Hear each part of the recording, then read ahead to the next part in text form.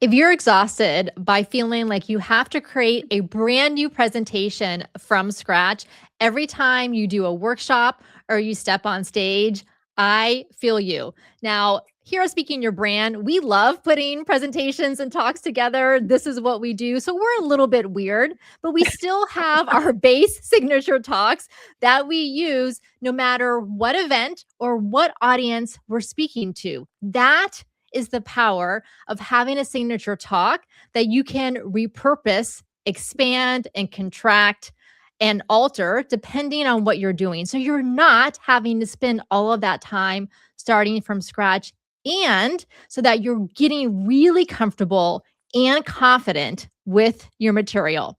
Hi, I'm Carol Cox, host of the Speaking Your Brand podcast, joined today by our two coaches, Diane Diaz and Erin Mark. So nice to have you here. Hello, welcome. Hi. I love that you both giggled when I said that we're weird here at Speaking Your Brand because we like to put presentations together. What feelings come up for you when I say that? I am weird, so I just in a lot of other ways too. So it resonates. I say, why do I do this to myself every time? Oh my gosh, yes, yeah. Yes. But I'm also weird, so I appreciate that. Yeah. So we're weird. If you're listening to this podcast, maybe you are weird too. If so, welcome. We are so excited that you're here with us. Yes, you found your people. We're going to have a lot of fun. And so we're going to talk today about how to think about your signature talk as more than just something that you put together for a particular speaking engagement that you have, but instead something that really becomes the foundation of what it is that you talk about, your thought leadership message and idea that can last far beyond one stage, one workshop, or even a speaking season that you happen to be in. And your signature talk is not just for speaking engagements. Most of our clients, and same with us, we take that material and we repurpose it for our website, social media content, podcast interviews, and more. So in this episode, we're going to share with you how to think about approaching your signature talk in this way, the different elements that are going to stay the same for every speaking engagement that you do, and the ones that we find change the most, and how to think about changing them. Erin, I'm going to start with you because I know that you worked with us here in the Thought Leader Academy at the beginning of 2026. You and I actually did our VIP day together in the fall of 2025, so just about a year ago. And you are out there on the speaking circuit doing a variety of different types of speaking engagements, different types of formats, everything from a pachaca, which is 6 minutes and 40 seconds, to longer 45-minute and 60-minute keynotes. How have you approached taking your signature talk and repurposing it for these different audiences?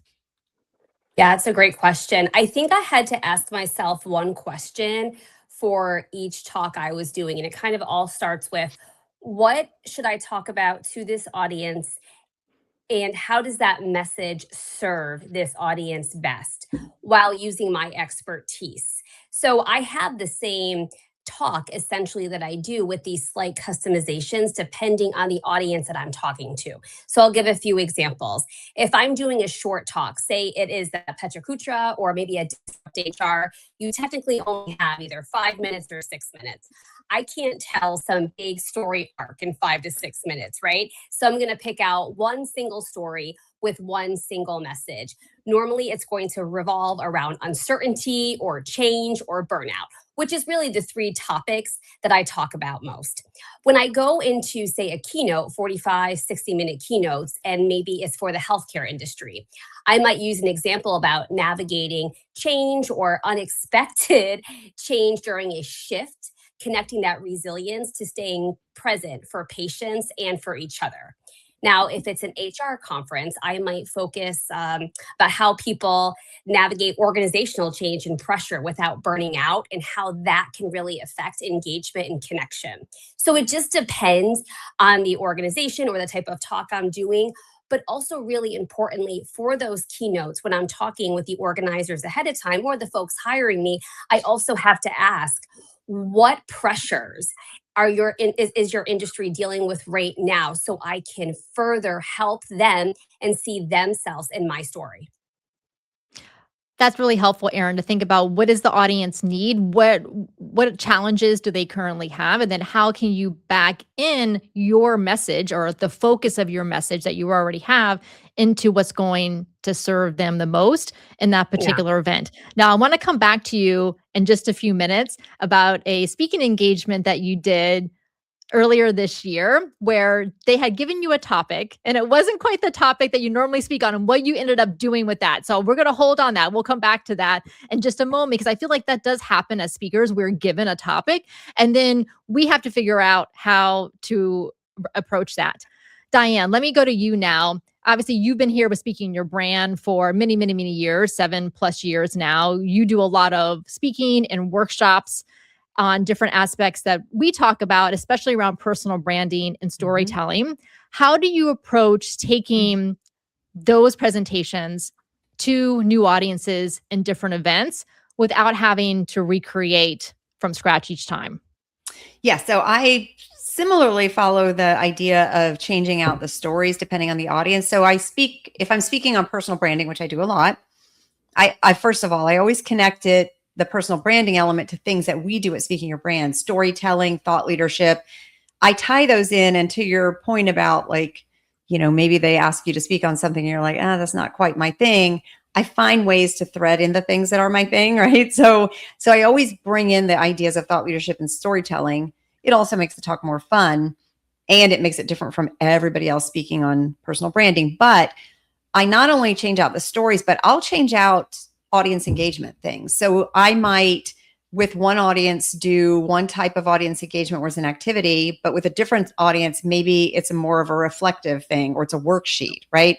And then certainly the stories change because if I'm speaking to, let's say I'm doing a personal brand talk to professional women maybe they're at a high level and they've been in their industry for a while, those stories are going to relate to my professional experience and things that they can understand. Now, if I'm talking to, let's say, emerging professionals or college women, I'm going to tell them stories that they can relate to because they're not going to relate to, I've been in the industry for 30 years, right? That doesn't make sense for them. So I'll change that out.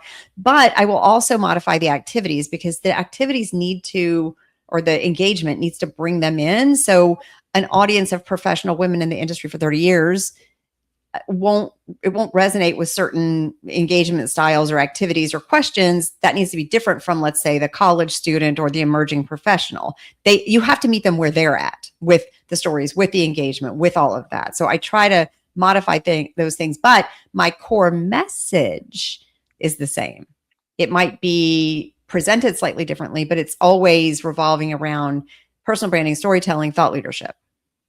Let's talk about why that core message is so important. A lot of times before a consult call, I will look at the woman's LinkedIn profile and her website, and sometimes she'll have a speaker page already on there. So I look at that because I want to get a sense of who she is and what she talks about.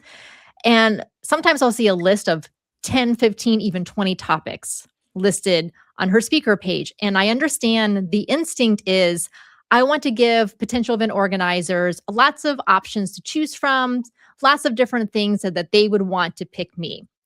The problem with that is that you seem less focused on whatever it is that truly is the thing that you can help their audience with if you're too scattered with a lot of different topics that you could speak about. And also then you are diluting your thought leadership message by having too many things available that you could speak on. So Diane, you mentioned this core message and that you always tie it back to the work we do here at Speaking Your Brand. And it reminds me that in the Thought Leader Academy, one of the exercises we have our clients do, and for those of you watching on video, you can see this is the brand voice canvas. And this is a quadrant that they fill out, which has 4 sections. And the sections are my mission, my expertise, my methodology, and my experiences.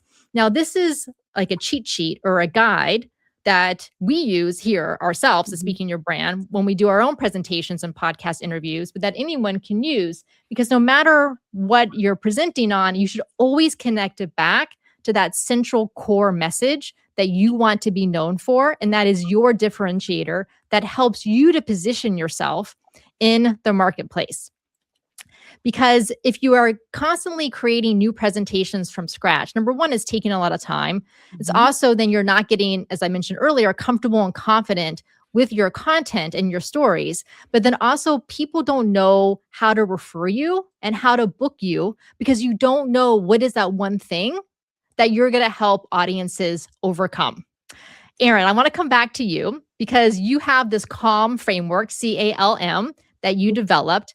That is the main part of your keynote, and you adapt different things around it based on that particular audience. Yeah. And we're going to leave all names unidentified, but there was a speaking engagement that you had. This was a while ago where you were presented with the topic, and it wasn't a topic that you normally speak on. And it was kind of outside of your wheelhouse. It really isn't even your area of expertise. And I know we had some conversations about it, how you should approach it. Can you share a little bit about how you were thinking about it, what you initially thought you were going to do based on the topic, and then when you ended up doing and what the results were?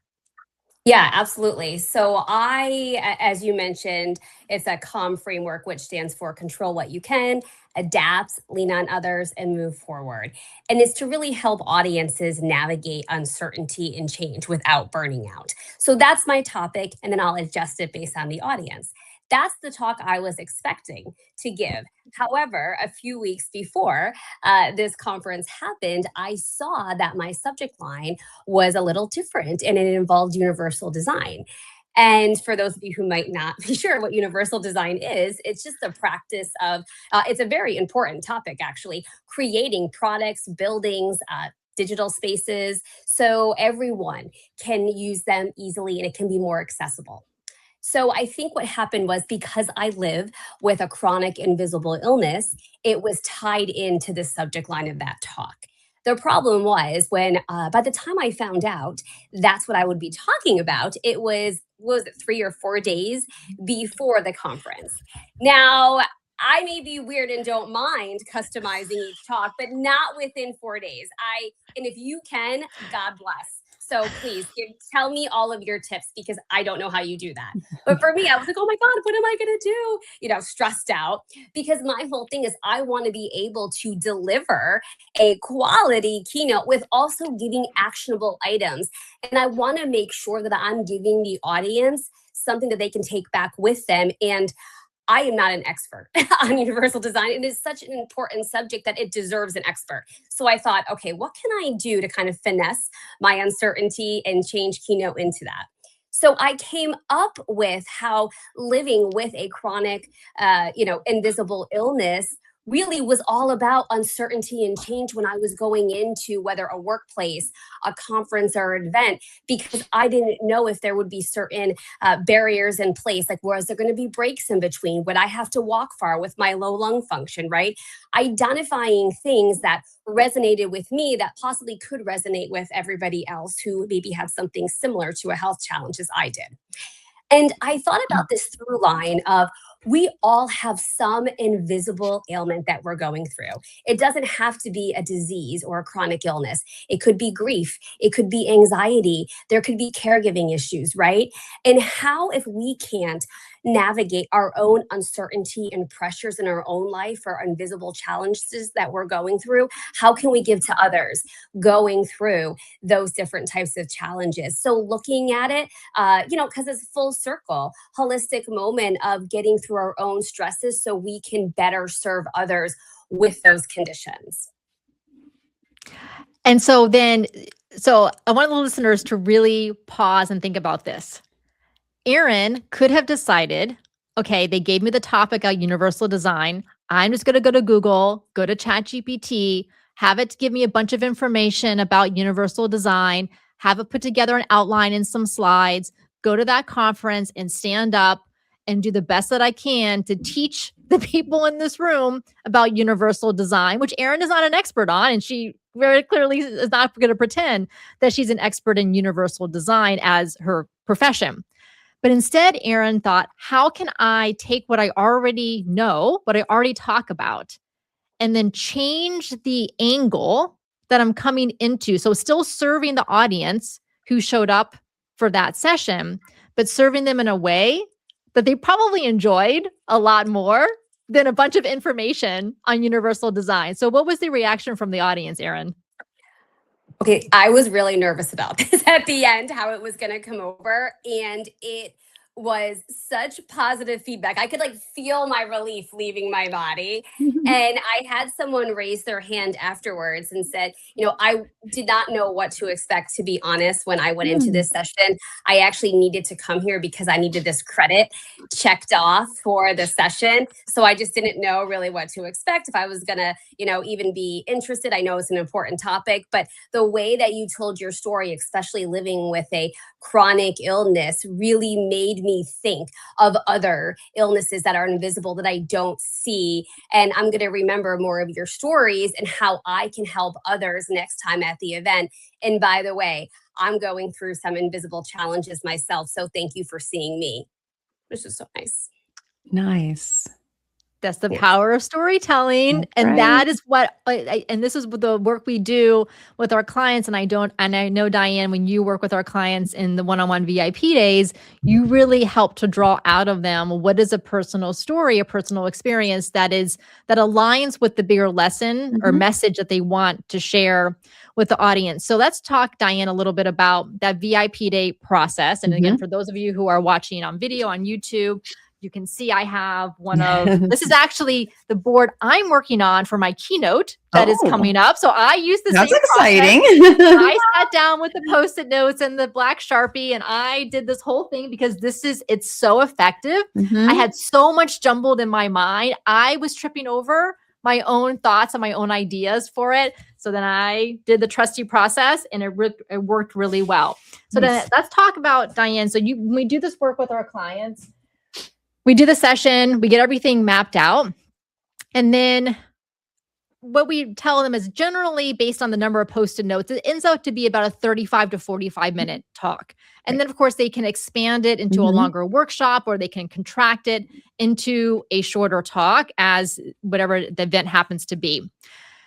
What do you generally recommend to our clients when they need to expand or contract the signature talk that they've built with us? What generally remains, and what is it that they can shift around with it? Yeah. So typically I suggest do not get rid of your stories. That is the heart of the message, right? Even if you have to take a 35-minute talk and condense it down to 15 minutes, then focus on one story that maybe drives home 3 points. I once gave a keynote talk that was 15 minutes. I didn't have time for a whole bunch of stories. I had one story. It was threaded through and it made all of my points, right? So you could still tell the story that helps the audience connect with you and connect with the message. So that's one way to contract it. Another way would be to maybe, obviously you don't want to lose the act one where you're setting the stage. But if I'm in, let's say in a 30 to 40 minute talk, maybe I'm asking the audience, what are your challenges with this, with reaching these goals, right? And they're sharing. Okay, so maybe I don't ask them. Maybe instead I go through like, here's the goals that you probably have. Anybody resonate with this? Yes. Okay. Now here are some things that might come up that might trip you up. Those are the challenges, right? So I'll say them instead of asking them for feedback. So there's a variety of ways you can tighten it up. And if you have very limited time, maybe instead of focusing on 3 key points, you just focus on one overall thing that they can do, or one overall piece of your framework that's the most important one. And you can always say, in the essence of time, I'm just going to cover one thing with you today because it's probably the most important thing you can work on right now. So there's ways to condense it down without losing act one, which sets the stage, establishes your credibility, lays out that you understand where they're coming from and what they need, which is important. Don't skip that. But then in act two, you condense it down, give them the meat of what they need, and then you're off to the races. And now you've taken a 35-minute talk and you can get that down to 15 to 20 minutes if you need to. So again, it depends on exactly what the format is. And it depends exactly on like who the audience is, what the objective is, but there's always ways to still incorporate your story. Never, never, never take out your stories. You might be tempted to say, oh, I'll just leave out the stories because I want to give them all these 3 key points. Well, guess what? If they remember nothing else from your talk, they're going to remember your story. I can list 5 talks I've been to, keynote talks and presentations where I don't remember anything about what they shared about their points, but I do remember the story they told about the woman who was a lawyer, and she was talking about a woman in an abusive relationship turned out to be her. Didn't know that was her, right? I can talk about going to see Tig Notaro speak and her sharing her experience with something she'd been through. I remember stories. Everybody remembers stories. So do not get rid of your stories, but pare down in other places. Yeah, I think that's such a great point, Diane, because as high achieving women who are experts, and we get stuck in the expert trap, just like our clients do, our habit is to lead with the information Yes. because it's the quote unquote valuable takeaways that event organizers press us to offer to the audience. And I understand why they do that. But as humans, we learn through story. That is the mechanism. And so embed your lessons within the story versus trying to embed the lessons with a bunch of technical content. Yes. And I would say this has come up multiple times working with a variety of clients, is that the tendency, like you said, is to want to give more information because you're like, well, those 3 key points are great, but I also need to tell them this, and hold on. That could be a separate talk. Focus on getting them to shift the way they're thinking by sharing those 3 key points. Then they can hire you to do a workshop and share all the things with them, right? Yes, and like you're planting those sales seeds by saying something. So this is my entire framework looks like this. Today we have time to go into this one aspect of it, or these 2 aspects of it. Yep. Of that. All right. So we talked about then thinking about your signature talk. So imagine that you have it all laid out, just like we do with the Post-it notes on the board. So then you can contract it by reducing some of the content. You can expand it into a longer workshop by adding more audience activities, more time that the audience has to work on and to apply whatever it is that you're sharing with them. You can also take that content and use it for podcast interviews. So when you're being interviewed on a podcast and they're asking you aspects of the work that you do, it's really helpful to have your signature talk and your brand voice canvas handy so that you can refer to that. I know that whenever I'm a guest on a podcast, I always try to mention one of the frameworks that we have created here at Speaking Your Brand, whether it's the idea framework for how to think about creating your signature idea, if it's the ideal storytelling ingredients, or our voice thought leadership model. The reason is because it's easy for the guest, the host, to ask more questions about it and to remember, and then it's easier for the listeners to remember. I know when I have guests on the podcast who just are recommended, and so I bring them on, I appreciate when they have a framework because it keeps the conversation organized and it keeps it going somewhere along a pathway versus just random answers that they're giving to questions that I'm asking. Yes, Carol, if I could just share one example of that. A few years ago, I attended a talk at a organization event that they put on every year. And I was excited because the guest speaker was somebody prominent. I won't mention any names, but super excited. And her overall message, I think, was there, but the talk kind of just meandered, and it didn't have that structure of like 3 key points or 1 key point or something that I was supposed to. I couldn't figure out what to sink my teeth into. And again, I feel like it could have been really good because of who she is and just the in awe that everybody is of her, but then it just kind of meandered and then it ended. And I thought, oh, what a missed opportunity, right? So I think no matter what the platform, no matter what the time frame you have, no matter what the format, having some points, whether you're going to focus on 1 or 3, your pillars, your framework, whatever it looks like, it helps keep you organized, but it also helps the audience follow the train of thought to what your sort of like main point is and your call to action for them. But if they can't follow that, they can't do the thing you're asking them to do. And it's very much a missed opportunity. Yes, it just feels like it's just a bunch of random things that they thought would be interesting to the audience that they've just stuck together back to back. Yeah. Yes. Yeah. Erin, let's talk about how you have used the talk that you've created in your Calm framework to create other pieces of content, not Yeah. just for speaking engagements. I know Yeah. that you're very active on LinkedIn. You do a lot of LinkedIn posting. You have your speaker page, your website, you have your one sheet, your speaker proposals. How have you taken different elements of your talk and repurposed them for those different channels? Yeah. Well, at first I thought I had to stick to a certain topic, especially on my LinkedIn, for example. Like if I'm only going to go in and I want to focus on maybe healthcare or HR, I could only talk about that. But listen, I'm a human and I'm talking to other humans.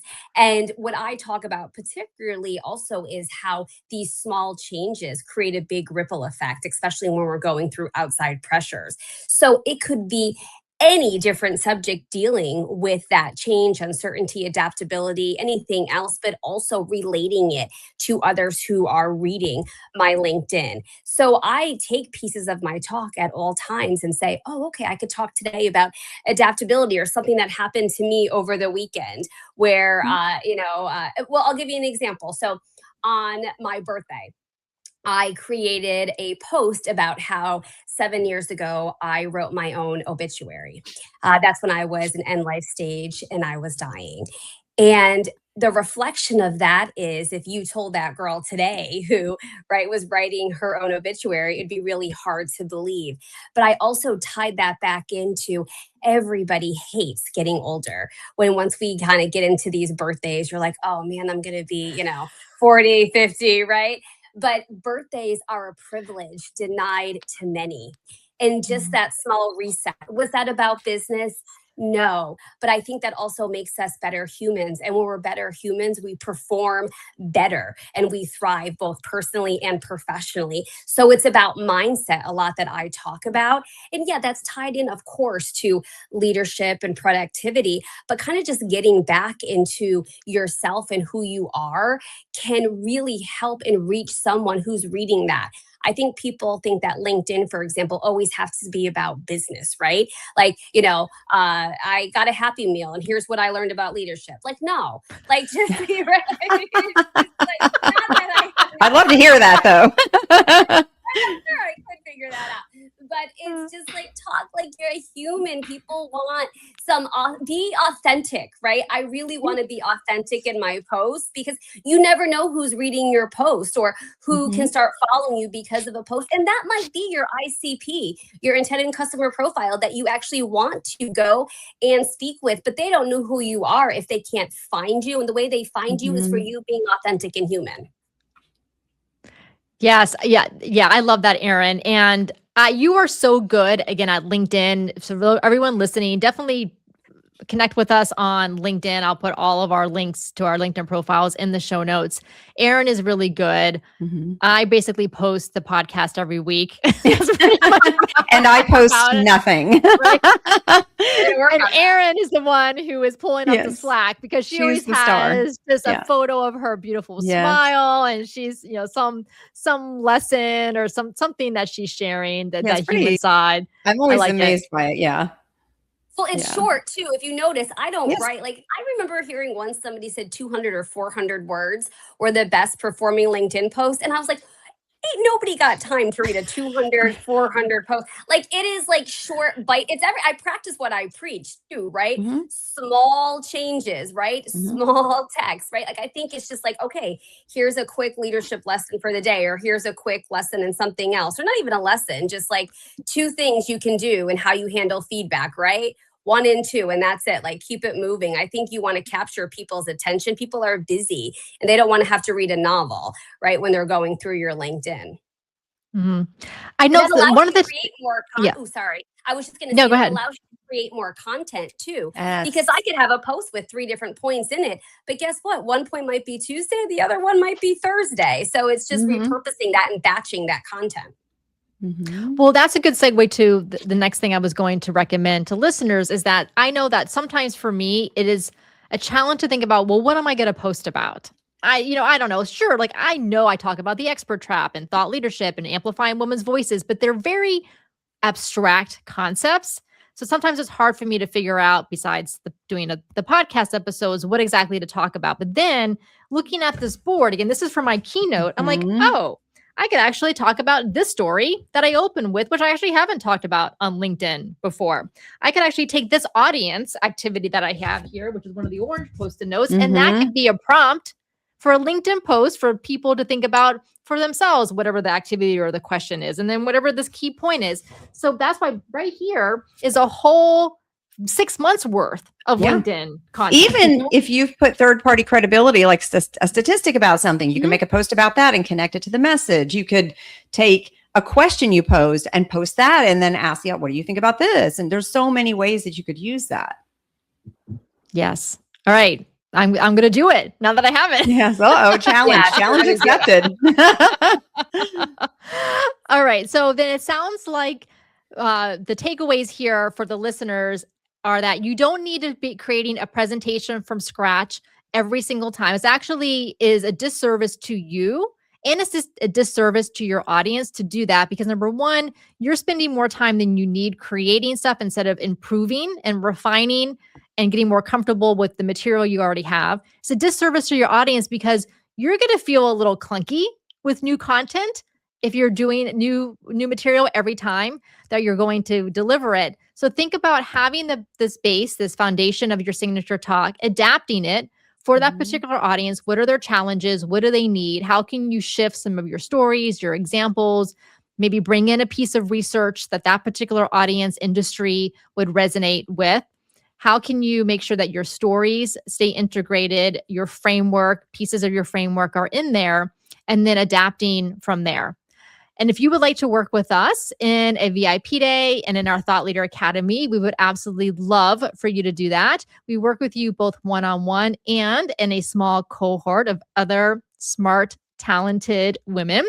You can get all of the details at speakingyourbrand.com/academy. Again, that's speakingyourbrand.com/academy. All the information is on there, including pricing. And if you would like to schedule a Zoom call with us, that's really the best thing to do so that we can learn more about you, your goals, and share with you more about the program and see if it's a great fit for you. Erin, Diane, thank you so much for coming on the Speaking Your Brand podcast today. Oh, it was fun. Yeah, thank you. Until next time, thanks for listening.